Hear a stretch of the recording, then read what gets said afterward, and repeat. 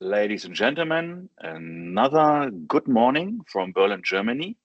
My name is Daniel Stecher, and it's another fantastic panel discussion today on remote ops. Why not?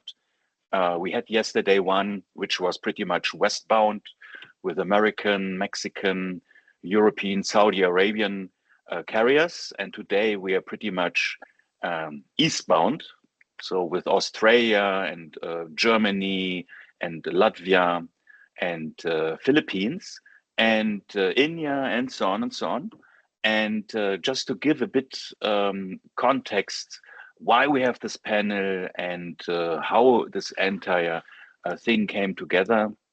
So I was attending the Ops conference in Cebu and in Doha, and based on various discussions about technology and new working models, I thought, why not discussing more prominently remote operations control cloud?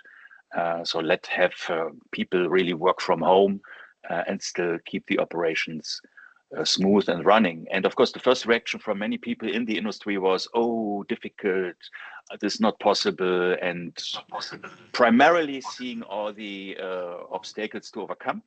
And so then I kicked it further and created a poll. And interestingly, we see here that many colleagues in the industry had already made some experiences in the past during the pandemic. And so remote ops is possible in the horizon. Just Can you a few months older than Roisin, and Freya is a month younger than yourself? Easy. Okay. And so I ask all the colleagues who took part in the poll whether they're willing to share their experience in the panel, and that's exactly what it's all about. So welcome on stage, everybody, and I suggest that you just explain your experiences while working remotely in the specific areas of operations control and crew management during the pandemic. Why you are not continuing to work completely remote, which are the hurdles to overcome, what is really necessary to enable colleagues who would like to work from home and still have an operations control and crew management in the best manner. So let's kick it off. Ladies first, let's start with Agnes. Good morning, everyone. Yes, so basically my experience is over 15 years, mostly in the airline business, mostly in crewing area. And during the pandemic, of course, I mean, I was working for Condor back then, where we had no remote work. And then we needed to start apparently from today until tomorrow, everyone needed to be working from home. It was a challenge, but I think as every other airline faced the same challenges back then, but we all managed. It was maybe also because the volume of the flight program went down, so we had the time and the space to adjust to the situation. But then, after COVID and, went down, we all went back to the office. I think it's always depending on which airline you're working for. Is it a long year experience airline with a lot of culture and a lot of history? Or now comparing to my work at Marabu, which is a very much young airline based 3 years on the market. We have mostly young employees there who are more into IT and technology and are used to working from everywhere you are, which makes it easier for us to hire people basically everywhere in the world and try to do a hybrid mode. Because I think it's a lot of culture, maybe the volume of aircraft and program you're having, and how you are basically educating your people and how you're growing with it. So there are always challenges like IT infrastructure. So I'm personally challenging with the IT that is now on the market. I think there's a lot of room for improvement. There's still a lot of manual work. Challenges are that the communication keeps up, that we are not losing time to informing everyone before starting actually to handle the issue. But on the other hand, also when we remember COVID, how often we had IT outages. Basically, internet was not working because everyone was working from remote. So everything has an aspect on that. I'm in favor of both, but I think due to this IT and technology where we are currently at, a complete remote OCC is yet not possible, but we are currently working into it. So a hybrid module, which we are doing, I think is the best practice for now, because we are not there yet with technology. You raised already one item which I wanted to highlight at a later stage of the discussion, hiring people from different geographies for your own activities. Is this now already in place? So you have somebody from a completely different location staying in this country but working for you within the organization, or you are hiring them and then they are required to move to your OCC location? No, Marabu has a lot of international employees working remotely in a hybrid position like myself. The headquarters are in Tallinn, Estonia. Currently, I'm in Frankfurt. So we are trying to be 50% per month in the office and the other ones working from home, which is really giving the opportunity to hire best talents around the world. So this is currently the setup Marabu is doing, and it works great. But we are trying to improve ourselves, but having the best of both worlds, having a remote working experience, but also being in the office.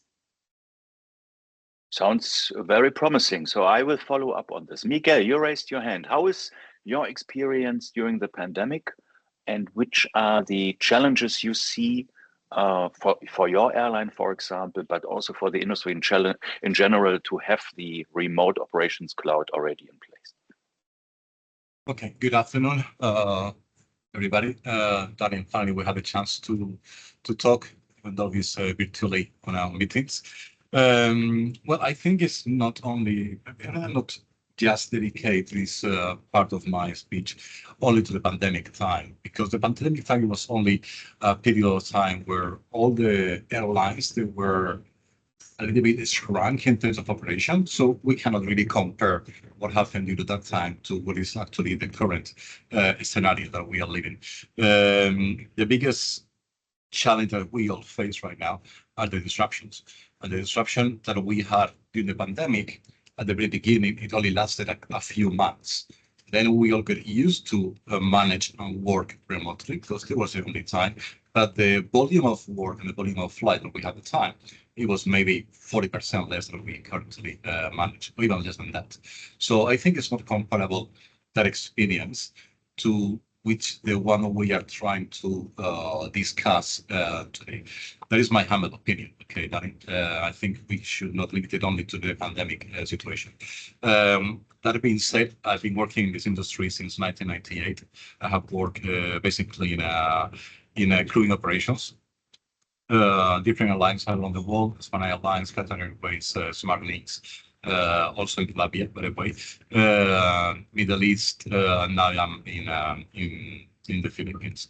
When it comes to work remotely for operations which are in a number of tails and number of flights, I would say up to 25, 30, I think it's very doable.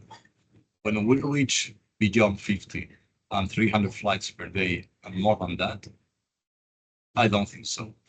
I don't think so. And that is based on my humble experience. And it's not that I don't want to. I would love that to happen, but it's not there yet. And it's not there yet, not only because of the IT constraints that we have. The human factor is critical. And on top of that, there is another human factor that is one of the biggest issues that all the airlines are suffering nowadays, which is the level of experience of the people that we have in our NCC, IOCs, etc. It's difficult to find people with more than 3 years experience in crew control, 3 years experience in NCC, 3 years experience in flight ops. And there are people, all those young new joiners that come to the airline who has been raised up with this culture of their phone in their hands, just typing and texting and relying everything just on the CMS that have a chance. I challenge you right now, and I would say this, sorry, excuse my French, and excuse me, I want to sound like an idiot, but I challenge everybody that if you pick up any random guys of your team with less than 2 years experience, and you turn off the CMS you are working on with, doesn't matter which one, NavBlue, AIMS, IBS, whatever, they will not be able to manage and calculate manually the maximum FDP, the minimum rest, split rest. I believe, and I truly believe that that is not going to happen. Okay, a minimum FDP, a maximum FDP. When it comes to complicated, when it comes to acclimatization, when it comes to those things that really need some experience on that, and what time has been reported, and which was the time they reported, and which one they stopped for a split rest. It's a night duty, it's a late reporting time. It falls within the red eye, doesn't fall within the red eye. They will not calculate accurate. When they remove that from the equation, the chaos really comes into place. They are not able to work without the CMS. They are not.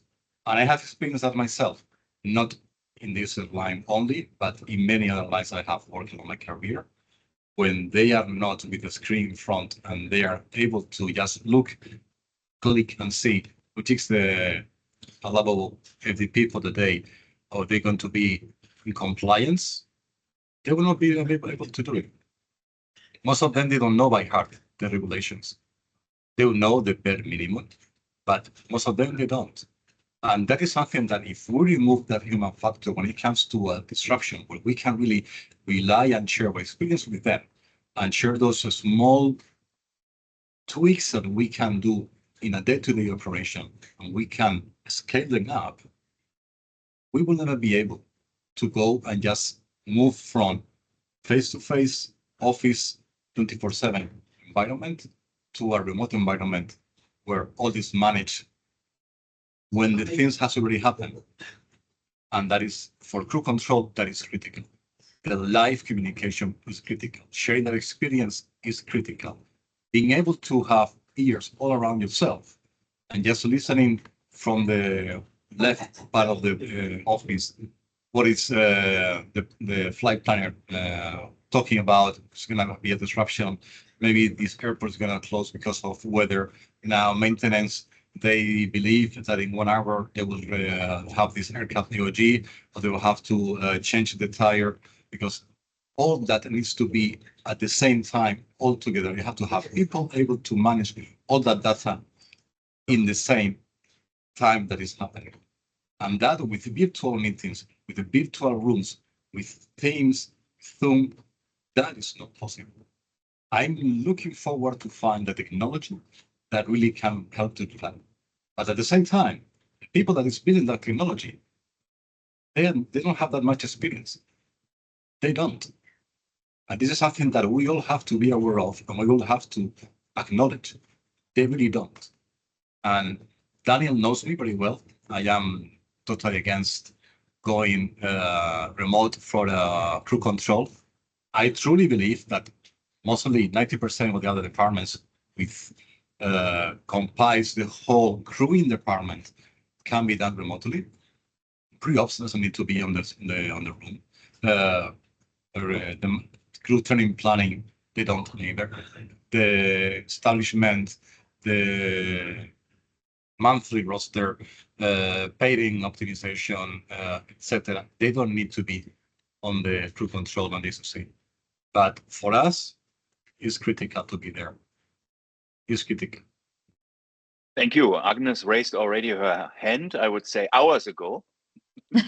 Yeah, and just sorry, I just wanted to maybe I agree and disagree on some points. It was, I think, a good communication with the new hires that we are having and the new generation that is maybe not experienced and grew up with technology and whatever we have. But I also see as an employer, it is our responsibility to teach and train the people accordingly, that if a system outage occurs, that the people know how to calculate, know what is EASA, not only relying on the systems, but during my experience, we had a lot of IT outages, lasting for hours, and the operation needed to go on. We needed to calculate. So I think it's one of the employer responsibility, always do the checks, do calculation, do emergency exercises and whatever, to bring even new people to the manual work, because you need to have the know-how working in that area. Furthermore, yes, crew control, I think I know what you mean. We had last year crew control sitting in a different department. We still have dispatch in Germany while the other OCC is in Estonia. It works if you're setting frameworks. You at some points you can lose time. And yes, the technology could be better to help to support a faster communication. Always also depending on the volume of aircrafts. I think that if as soon as that will scale up, the technology is not yet there. But I think it's not a no-go completely. It's just how we move it with the technology and communication, because sometimes sitting in one room, the communication issues occur, I think, in every airline. I heard that also from yesterday's meeting. It doesn't matter if you're sitting in one room, sometimes the communication is bad, they're not talking to each other. It can also happen online, but it doesn't need to have. Let's move I agree on. with I you, love Agnes. yeah, I love what you said, and thank you for watching already the session from yesterday. Let's move on. Let's move to Enigma, Aditi. We were talking already about all the rise aspects. You have probably worked remotely during the pandemic, and now I think everybody is back in the OCC. So why you have not kept going, allowing people a remote operations? What are the reasons, and what needs to be done in order to have a similar experience like Agnes from Marabu? Hey, hi everyone. Thank you, Daniel, for having me here, and Agnes and Miguel. I resonate what you were talking about. At Indigo, what we did differently was even during the pandemic was there. It was just the initial days wherein people worked from home, and because there were no flights at that stage. But when the flights started to come back, we still had the ops control people. Some of them report to work. So it wasn't like a complete remote working even for us back then. What we did was an identification of roles, and which roles can work remotely and can continue to work remotely for longer, and which roles could absolutely not work remotely.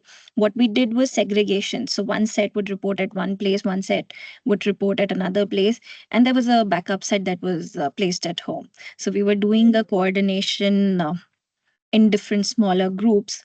It's more like a hub working. We created different location hubs at that stage.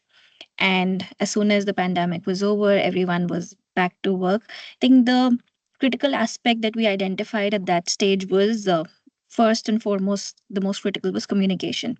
How do we communicate and have all stakeholders on a single communication platform? Because what happens is every team is using their own respective systems, and any integration breakage or any way that the systems are not linked in terms of technology, that just causes a communication disruption. So even if you're talking verbally at the same place, I understand there can be communication issues. You may not be able to communicate in the best manner, and that's why we try and follow up. And then we've created Teams group and other forums to have a documentation of what was actually communicated as well. Because unlike the flights, we don't repeat the information to ensure that there is correctness. In a normal working, we're just talking to each other and discussing ideas and what needs to be done, and then working on conclusions. So we created these Teams groups as well. That was a change that has continued from pandemic to now. That rather than walking up to people, rather than screaming in OCC or like trying to be loud, make multiple phone calls, people have come on to Teams groups, and every task has been identified as a group. So all the communication can be passed on easily, and we can experiment in the future whether a hybrid works or not. But the more robust the technology becomes, that becomes a critical aspect in the success of a remote OCC. Another important aspect that we identified during COVID was cultural.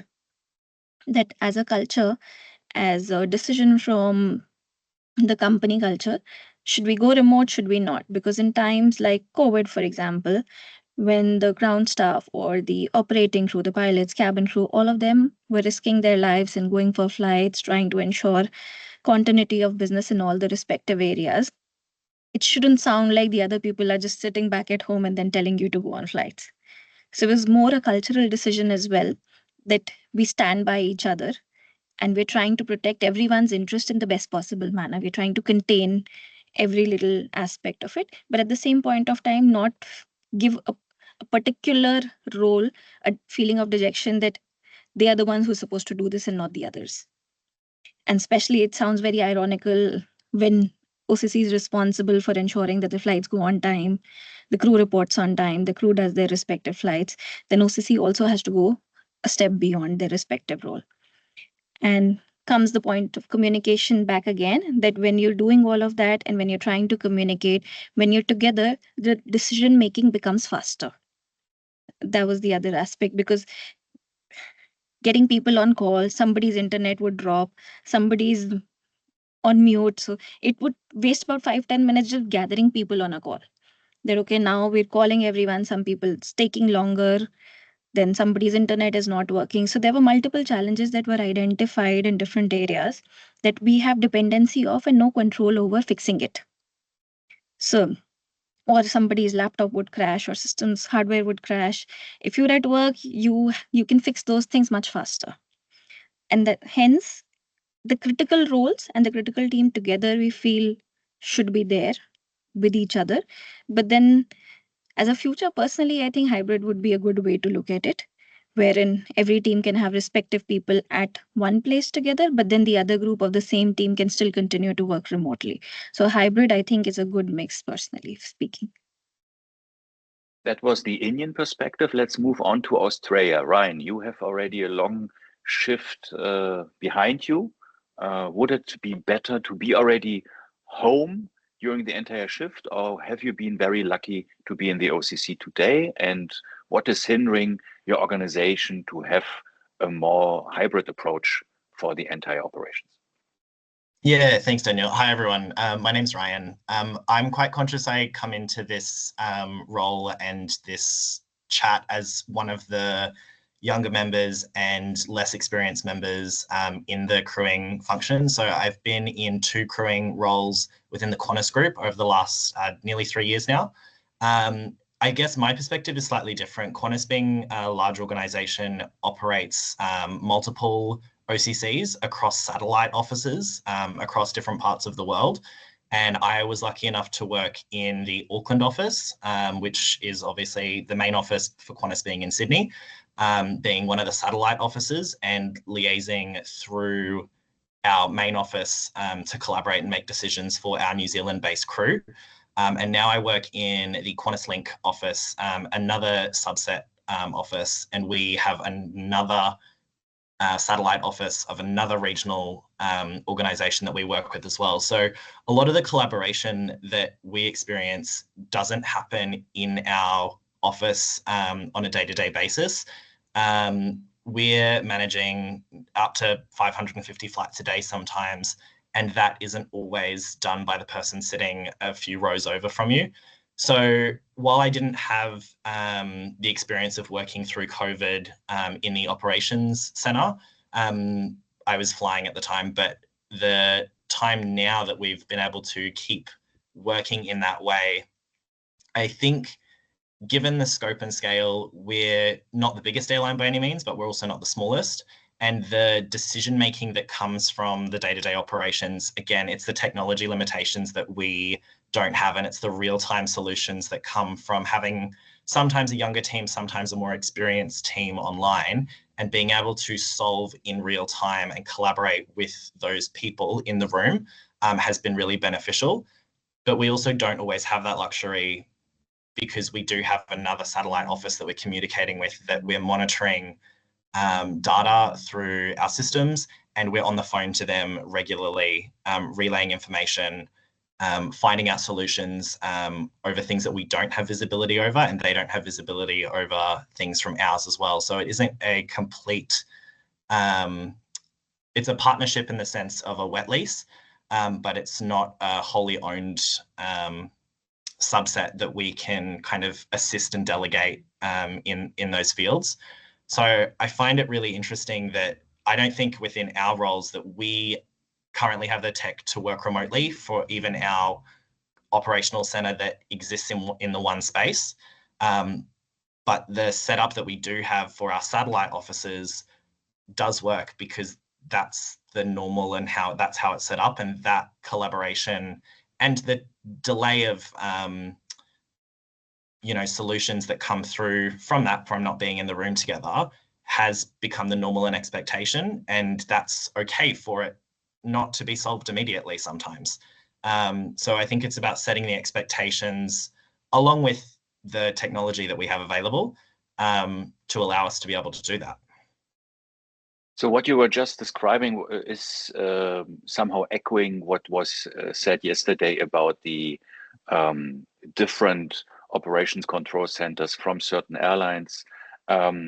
Let's go over to Lena, who's also equipping a group operations with IT, because TUI is also a bunch of airlines and OCCs. So what is your perspective on working remotely, and what's your view on the technology? Is it an enabler? Is it a bottleneck? What's your perspective? Thanks, Daniel. Thanks for having me. I really resonate with everything which has been said so far. One thing maybe first, from my perspective, being the technology person in the room at the moment, I always hear that, oh, technology is our limiting factor. And yes, I don't want to push it away and say, no, it's not us. It's definitely true that technology is a key enabler.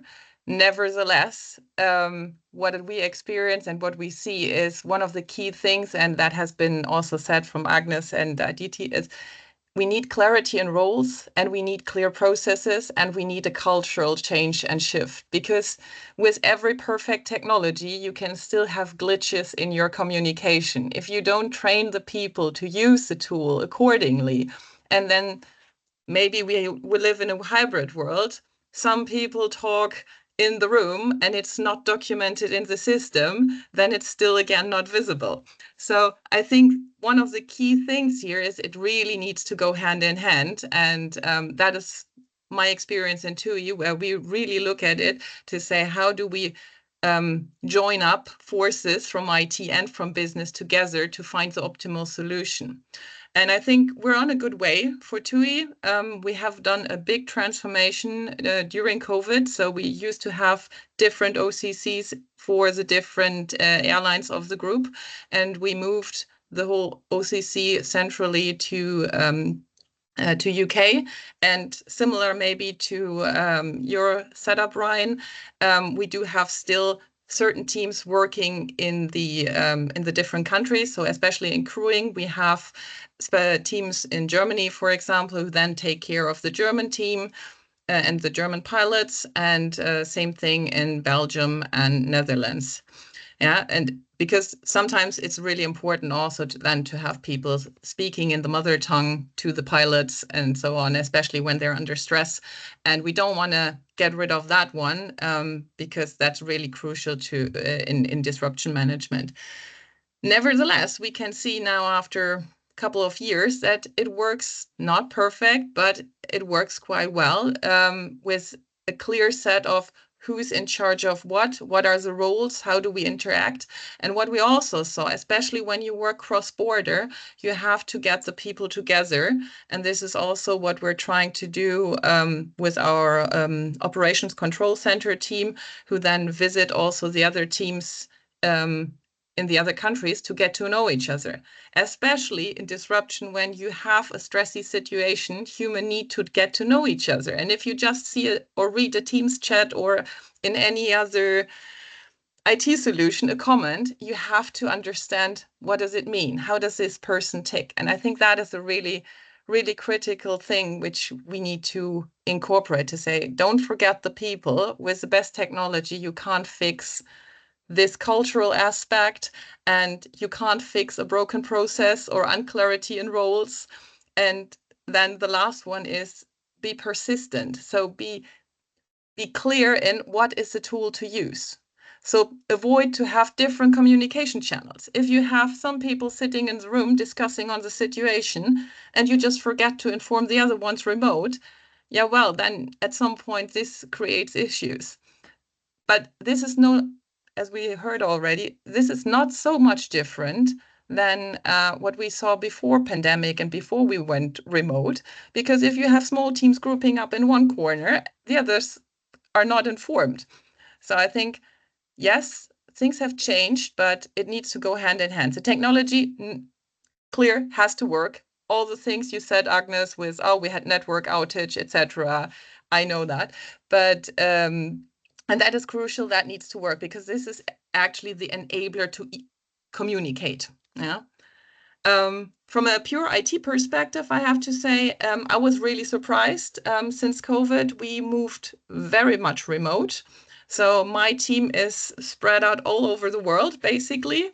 The first upgrades we did, the first changes we did in the IT system, I was like, oh my God, before we had a night shift, everybody sitting there together. How does this work during COVID?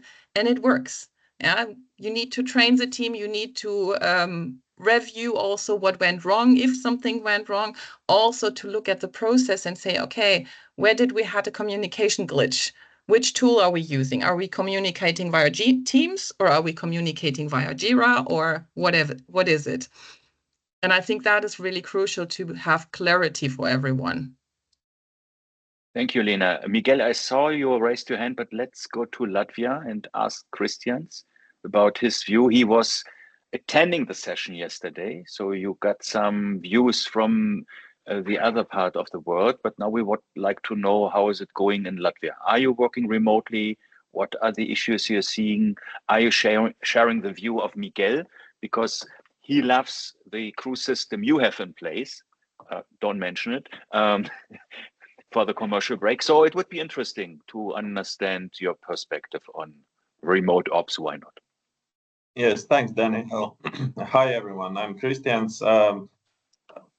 Greetings from Riga, Latvia. I'm currently working within Air Baltic. I have a bit more than 15 years experience in various crewing roles. And actually, since COVID, I started to think how we have changed since then, because COVID was the driver basically for the company to switch to this hybrid or remote work. And for us, actually, in crew planning, we have only one position that doesn't work remote, and that is crew control. All other positions are, in most cases, remotely working. And the thing is that we have never actually thought and never talked within our company that crew control could be remote as well. We have never thought about it, and actually this perception basically that OCC could be remote also haven't been circulated around. And I'm a bit. I agree with Miguel on this, that I think there are two aspects or two big challenges. One is the size of the airline. I think the smaller you are, the easier it is to just, I don't know, cut it and say that we are moving to fully remote OCC. That is really a big aspect here. And another one is the human factor. We experience that we cannot find experienced colleagues. For example, in crew control, we recruit only newcomers, basically. This is in most cases, their first job in aviation. And it's really hard for me to see how they would work remotely without this kind of experience. I can imagine if I would have a crew, let's say a crew control team with 10 plus years experience for everyone. They are basically, they have the experience to solve problems. And if they have, I don't know, outage or technical problems or communication problems with someone, they will find a way how to get out of that situation. They will I don't know, find some old notes, or they will find some manuals, and they can calculate flight times, rest times, whatever, basically at any place at any time. But if a person works a year or maybe less than a year, I think without that kind of experience, the on-site experience within OCC, it's hard for me to see how they would react and how they would solve problems in a fast manner. Okay, understood. But Miguel, this would be then my question before you are commenting what you have heard. Is this then not, say, a chicken egg problem? You are telling me you are not able to find experienced people. And now I'm asking, maybe these experienced people are not willing to join you because you want to force them to be on site. Maybe they would be willing to join you because they say, yeah, I have so much experience, but I'm not willing to commute every day in the OCC, and you, the crew control in the room, you have equipped with nice fancy legacy IT, but I would be willing to work remotely because my experience is enabling me to do so. So would you believe, Miguel, that there are thousands of people with 100,000 years of experience? They are not living in the Philippines, but maybe in Germany, in India, in Australia, in New Zealand, and they would be so keen to work for Cebu Pacific, but without moving to the Philippines. Okay, just a couple of things before I answer the question. I agree completely with Christians. I had the chance to work in Riga for the smugglings 3 years ago. One of the biggest issues that we had at the time was recruiting people for crewing, and particularly for crew control. There is no airline aviation industry in the region, basically, especially in Riga, and all the people that we were able to manage to recruit for the company, the experience were bare minimum, even though no experience whatsoever. And after 3 months working in such environment in the office with a salary which was quite acceptable for the role and experience, they were resigning left, right, and center. They were not lasting more than 3 months, especially during the peak time. That is something that happened to me in Riga, particularly. And I think that we hired some people from our Baltic, indeed, at the time. There are no people that is willing to join in crew control.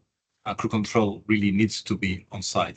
And it's not because we will have people from any other place in the world joining us in Cebu Pacific working remotely.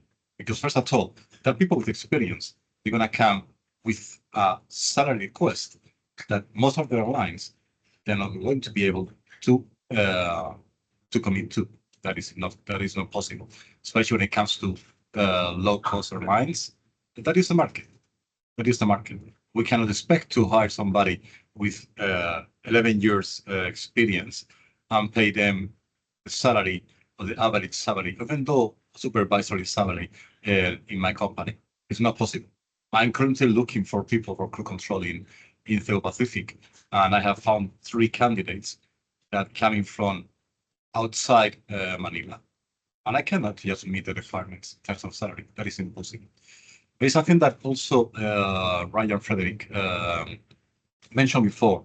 You said that there are times where some problems they don't need or they cannot be sorted out within a number of time or within a period of time, that some kind of like you delay or you will eventually delay that problem for later.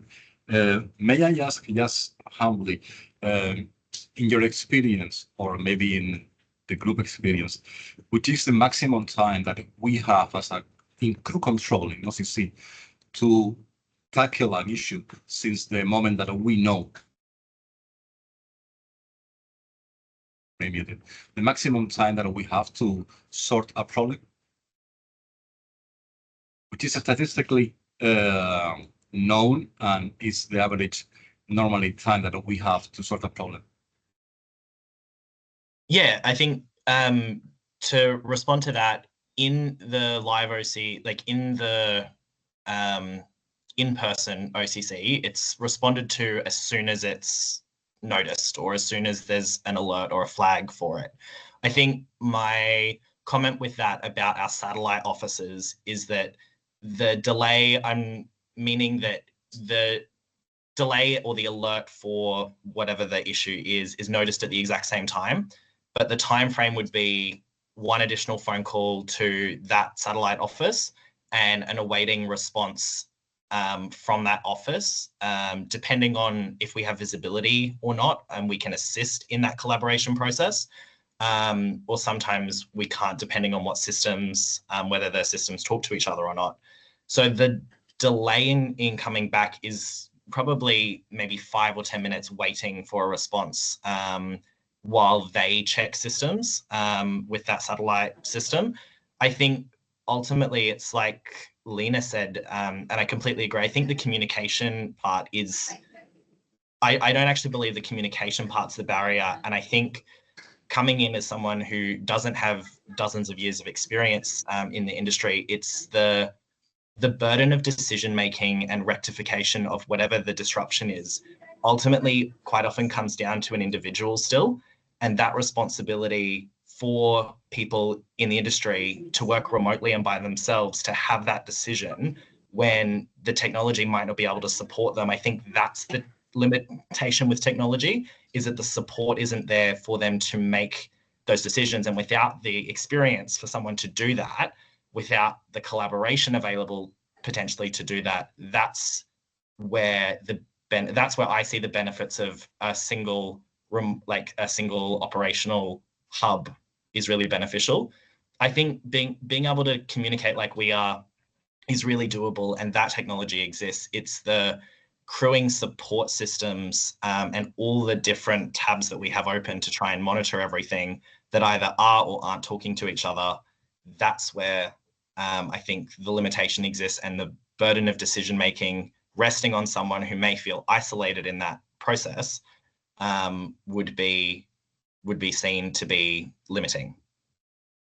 Okay, just really quickly, and just if Daniel, the team allows me, when we have a disruption or an disruption arise, the time that we have to tackle and fix it, when we talk about low cost, where we have a 30 minutes ground time, is 5 minutes.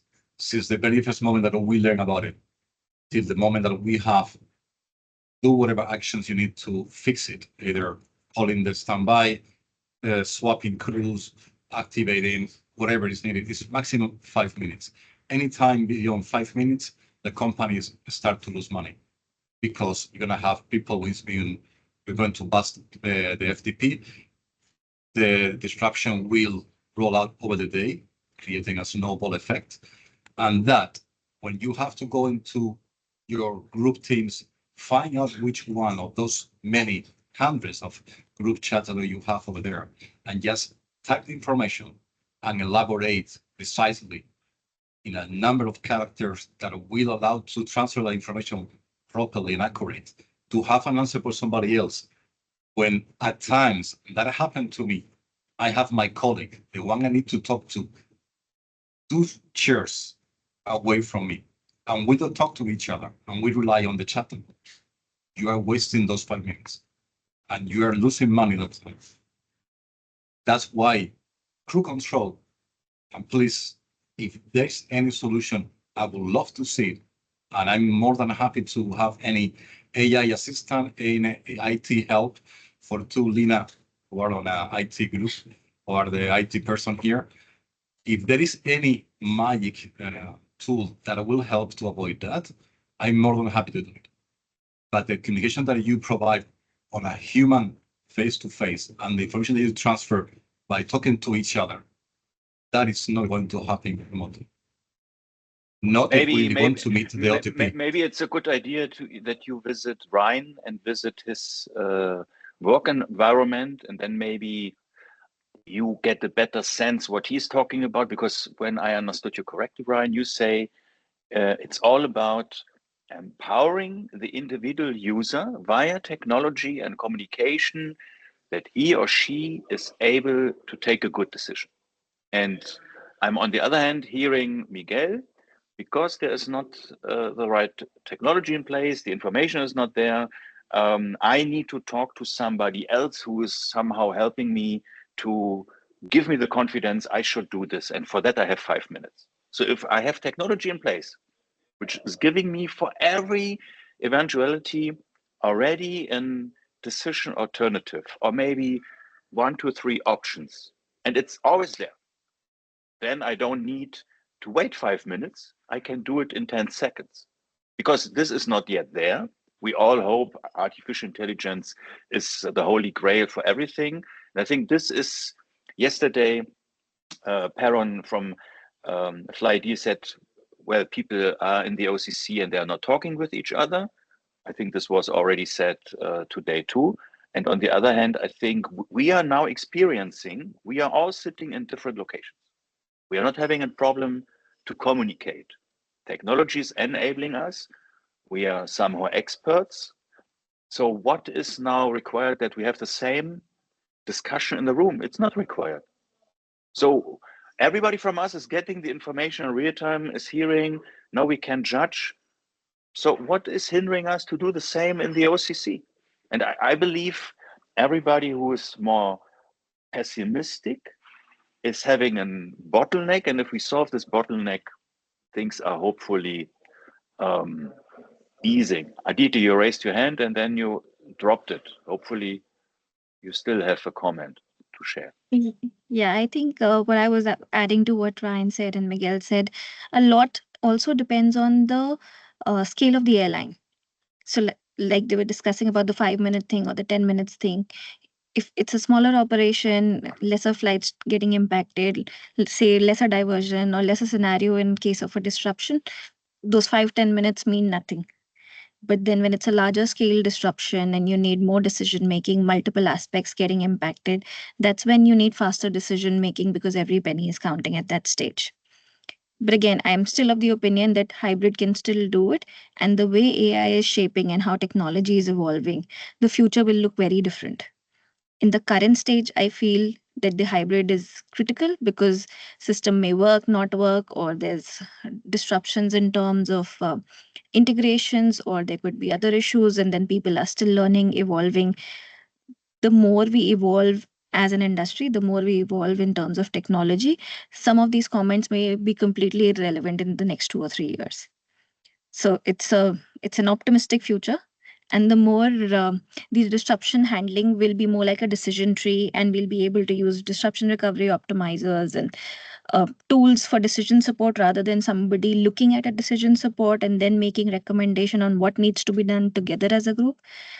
A lot of those will be through ML and AI, and the tools will learn by itself, solve by itself, notify by itself.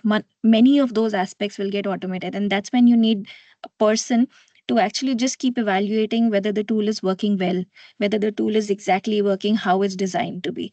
Then some of this remote operations and people working from their respective locations and having their own cultural biases, having their own language barriers, all of that would get eradicated, because everything would be transparent in terms of a decision tree like.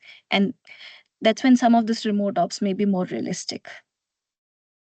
Lena raised her hand first, and then Agnes. Thanks. Yeah, just wanted to add to that, because there were a couple of aspects mentioned. And what Miguel said was really interesting, because he said, oh, if I need to solve a problem, I go to the guy on the other side, which I know and which I trust. You have to do the same thing with technology in the end.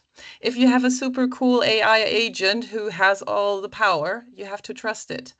It needs to be trustworthy, meaning the data in the system needs to be completely accurate.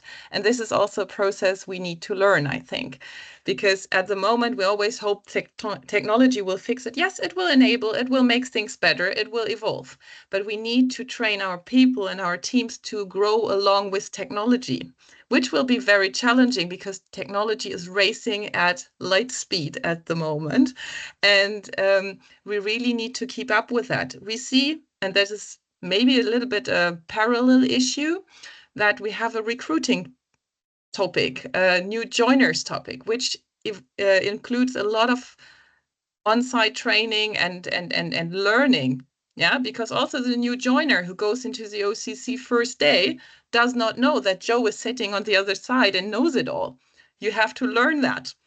And similarly, you need to teach them all these processes. I think there's an element in there where we have to focus maybe on onboarding more on both, to say, okay, how do we learn technology, or Agnes, what you said, the backup technology in terms of calculating things as well manually, because yeah, technology can fail. By the way, same thing, giving my example with Joe, I don't know how your colleague was called, but yeah, he can make a mistake, he can give you wrong data by accident, whatever. So I think that is the thing which needs to work jointly to go into the future. Technology will come, technology will improve. We can see that already with Teams calls. I remember the first virtual calls we had, they were clunky, they were difficult. It will increase, it will get better. But we need to train our teams and our people to use it in the right and proper way. Before I go to Agnes, just continuing with your situation, going to this colleague and then discussing your problem. Miguel, are you not losing situation awareness by leaving your desk, going to this colleague, because maybe you get even more critical problems alerted in your system? So that's maybe another reason to not leave your desk and have a better communication within the system and not going somewhere else and now relying on the problem resolution, where the focus is now also from this colleague on your problem, and maybe he's also getting more problems. I think we are all somehow used to work like this, and we are not understanding the consequences for potential other problems coming. But let's go to Agnes. Agnes. Yes, so just adding, I mean, since 15 years in that area, I mean, we saw a lot of changes. And I think we're, like Lena said, it will be even faster now.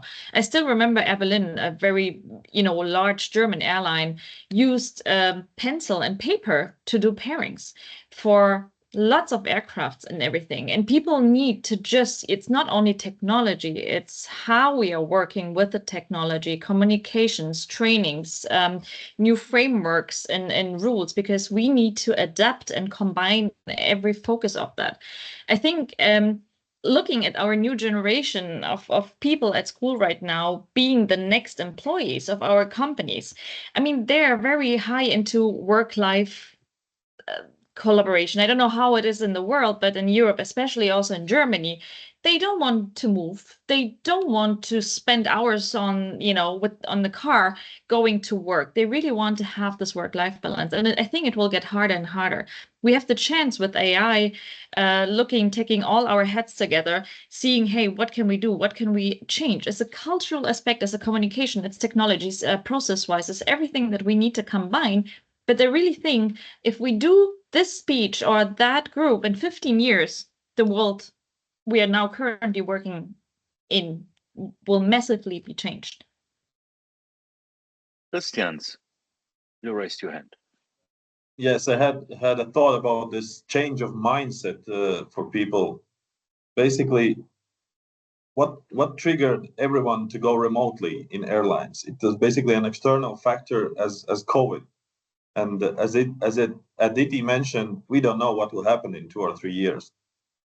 I guess we need some kind of external factor again, maybe not so tragic, but anyway, that our backs will be against the wall, and then we will change it by ourselves, basically, and it will happen quite fast. And that could be the trigger where basically everything will go remotely. Maybe, and this was my suggestion for Miguel, to meet with Ryan, and maybe you meet with Agnes and Lena, and you continue to exchange. Why do you always Miguel? No. I said Christians goes to Agnes and Lena, Miguel goes to Ryan. I know I'm the black sheep here. No, you are not. I'm the oldest one. No. You're not the grumpy one. I know that. no, you're not the black sheep, you may be the Spanish sheep. Yeah? And everybody has his and her perspective. And it's important to also see the challenges, because if we neglect the challenges, we forget something important. And only being optimistic is also not very helpful. So it's always good to be grounded. And I think this discussion is already the first step for more imagination. And if Ryan can give you some insights, and it's almost from the same region, why not? And Christians and Agnes operate with their airlines also in the same region. So this reason, no, it's not working for me because I'm in a different country, is already ticked off the box. I think this conversation is the first step for something maybe in the future. Aditi, you raised your hand. Yeah, Daniel, I was just mentioning the same thing right before you started, that ideally this is just like a mentioning of the problem statement, or like a vision statement rather, that this could be the vision for the OCCs to function in the future. But I think together the airlines and the vendors should work on that plan of what are the challenges or what are the roles like, and which ones, why they're critical, and start developing some of these tools and all the products that we have in line with how this dream can actually be made like a possibility. And that's where the entire plan would help, that once, when probably every year we tick box something new, the vision will keep becoming a nearer reality. So I think that's what we should work towards. And it's not just tools, it is the mindset also, like we've been discussing. So people would not evolve suddenly. They would also need time. They would also need this change management. Like trusting system is something very critical that Lena mentioned. That it's so true. You can give people the best of the systems, but if people don't trust their results, and like we always say, garbage in, garbage out, it is an evolution that the products evolve with. So it's not like you get the best of the system and suddenly it'll do wonders for us. It won't. You need the right people to work in the systems and evolve those systems, evolve the team along with it. We need to upskill our people. So the newer kids from school, we see they're learning these AI and coding and everything back in school. That never used to happen earlier. So, how the world is changing, suddenly the experienced ones shouldn't be left behind. We need to evolve them as well. We need to upskill them with the tools, and not just expect that they will learn by themselves and should completely align to the vision that we have. So, if as an airline or as an industry, that is where we're going, then we have to take our people along with it. If they come along, it's great. If they don't, they'll automatically be left behind. So, as it is our responsibility to upskill people to be using that technology that we're also developing. So, when we make the vision and when we make the plan to achieve that vision, it has to be both from a product and people perspective. I think you summed it up perfectly. Ryan, before you go to bed after your very long day, you have any last word from your side? Any recommendation? I know you said earlier I'm probably the youngest here, but on the other hand, I think you gave me somehow the sentiment, why not? Yes, just do it. Is there any recommendation to your peers here in the virtual session? No, nothing specific. I think only working in just the two experiences that I have is just knowing even internally within my own company and group how separately those systems or those regions operate differently. So I think the big takeaway is that there isn't a one size fits all blanket for every airline going forward, and every op center is never all going to look the same. And so, like Aditi said, I think it's figuring out what each op center actually wants and is going to work towards, and then bringing that on brand with the culture of the people that are in that space and the people they want to attract into that space is what's really important going forward. Because if the airline doesn't want to change, ultimately it's not going to. And the people in charge of it are going to keep it as it is. So it's ultimately up to the group to decide where it wants to go. So thank you, Miguel, Agnes, Ryan, Christians, Aditi, and Lena. I loved what I heard. I think we have touched a lot of angles to this topic, which is, of course, a hot topic to discuss. You asked 10 people, you get 11 opinions. One size fits all. Of course, that will not be the case. Hopefully, you are also taking this opportunity to connect with each other and continue the conversation one-on-one based what you liked or disliked from the individual panelists. I think you did a great job. Looking forward, we are going to talk about AI in September. So Fernando, who was the panelist on the panel discussion at the Agiforce, he is sharing his experience at British Airways. And yeah, it would be great to have you with us also during this session. And I will share the recording with you. And yeah, I hope you have a good rest of the week. And thank you for joining and sharing your perspectives. I think this was very important for the community, because remote ops, why not? So it's really the question, why not just do it? Stay healthy and safe, and talk to you soon, hopefully again. Bye-bye. Thank you, everyone. Bye. Thank you. Bye. Thank you. Bye-bye. Thank you. Bye-bye. Bye.